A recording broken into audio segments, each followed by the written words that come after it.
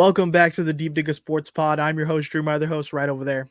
What's up? It's Dee. Good to see you again. Be sure to hit that like button. Be sure to subscribe. Drop some comments below. Let us know your thoughts. Today we are talking conspiracy theories because supposedly JJ McCarthy is injured, question mark.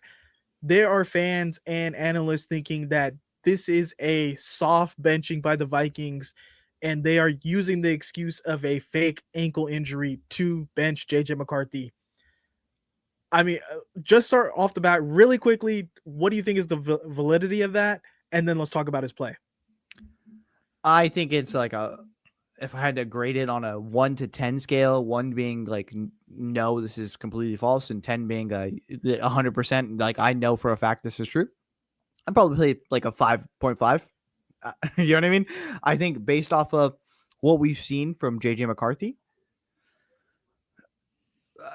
there's a whole lot of I would like to be positive and say there's a lot of room for development. There's a lot of growth opportunity there with JJ McCarthy.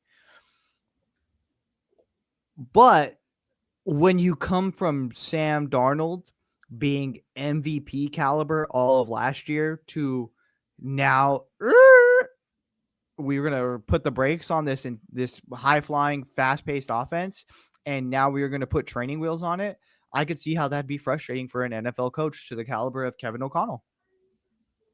Yeah, and it's been, you know what? It's been 8 quarters of JJ McCarthy.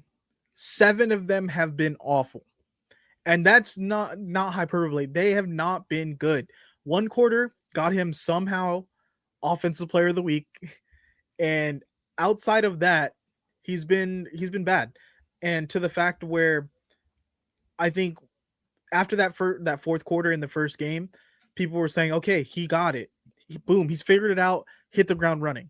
And now after week 2, in a game where it was like they're asking you, JJ, this other team is asking you to go out there and win it. They are just hitting field goal after field goal and giving you chance after chance to do anything to stay in this game or take it over. And he just couldn't do it. And it's not like the Falcons defense has improved, but it's not like they're a dominant defense out there. And he just looked shook. He looked confused. I think now it is kind of proving the fact that what we talked about before the season, he just hasn't played a lot of football. And the fact that you did not offer Sam Darnold a 1-year or 2-year deal last season when he was playing amazing, it's head scratching to me because I'm of the mindset when you have a guy playing great at quarterback, just keep playing him. Yeah. And you have a young guy, JJ's he's not gonna age out. He's super young. You could have brought Sam Darnold back another season and let JJ learn from there. Maybe Sam doesn't have that same magic and you work JJ in, but the fact that you bet not just the house, you bet your entire net worth on this guy, and it's not looking good. You could have had you could have had Kirk Cousins, you could have had Sam Darnold, you could have had Daniel Jones, and the fact that it was no to all of them and such a slam dunk in Kevin O'Connell's mind that it's JJ or nothing is wild to me. And now he has to, lay in the bed that he made. And it's so crazy to think about because you're in the NFC North. You have a prime example of what sitting a quarterback and having them develop actually looks like in the modern era of football. Jordan Love and the Green Bay Packers, this is their year. They are championship caliber. And you know what they did? They went all in. They went and got Micah Parsons. But because Jordan Love sat years behind Aaron Rodgers, they felt comfortable giving him the keys to the entire franchise and being like, Jordan, you've been in this. You know what this system is. We're going to just we're going to ship off Aaron Rodgers and we're going to let you take this over. We feel confident in that. They could have done this. The Vikings could have done the same thing. You could have, the longer you let a guy sit in the franchise, in the scheme, get comfortable with the coaches, get comfortable with the wide receivers, I think the better it is. That's why I'm so hard stance. Like, I don't get why the Giants are so steadfast to play Jackson Dart. It is mind-boggling for me. And you had front row tickets to it. They're out there with you in the division. You see them twice a year. You know what it looks like. Why couldn't you replicate that? Even for a year. I'm not saying you had to do the whole Jordan Love route and sit him for 3 years, but you could have sat him for another year and been fine with it. This is truly his rookie season because he was out with injury. He is not sitting there with the team. He is not practicing. He would not doing anything. You could have let him develop, but instead you got a guy that is pretty, like, by all means, he is pretty raw. By all means, Michigan did not ask him to do a whole lot in that offense. And people were like, oh, you must not have watched Michigan football. They asked him to throw the ball on third down, all blah, blah. Bullshit. I watched the games. They didn't ask him to do shit. They had him throw it on third down.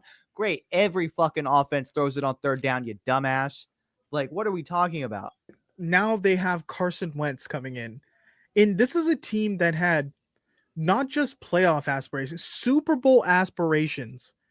A team that had an MVP candidate at quarterback was to the last week going for the 1 seed, and you threw that away to say JJ McCarthy can keep us at that level. In what world?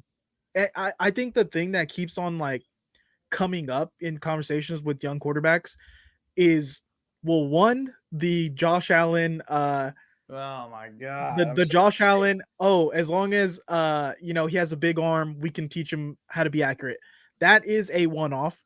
And then the other thing we see with young quarterbacks, I mean, Patrick Mahomes won MVP in year 2. And the fact that it's wild that people continue to use that argument, Patrick Mahomes is going to be the best quarterback of all time. Apparently, no, he's ass. Apparently, But now the downfall has started, but still his resume is amazing. Nobody is going to be, especially coming off an injury, going to be that good to lead a Super Bowl team in the second year. It's going to be very rare. And the fact that it's like, hey, I know we're a Super Bowl contender, but Patrick Mahomes year 2, right? That's like the dumbest argument we could have thrown. This kid was green coming in. Now he's even more green because he coming off injury, not playing a year.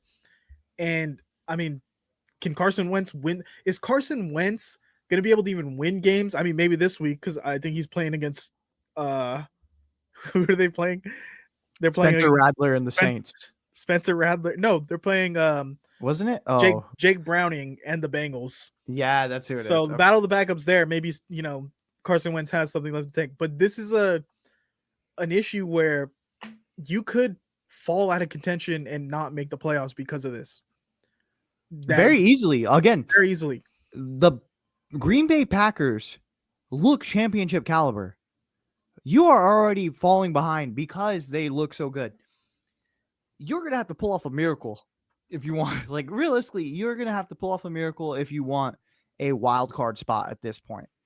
And then just broadly looking at the quarterbacks from that class, I know we keep saying someone in that quarterback class of JJ McCarthy has to be the bust. And more than likely, everyone else looked pretty good except Caleb Williams. And JJ McCarthy now, I think, potentially is going to be the one to fall under that category.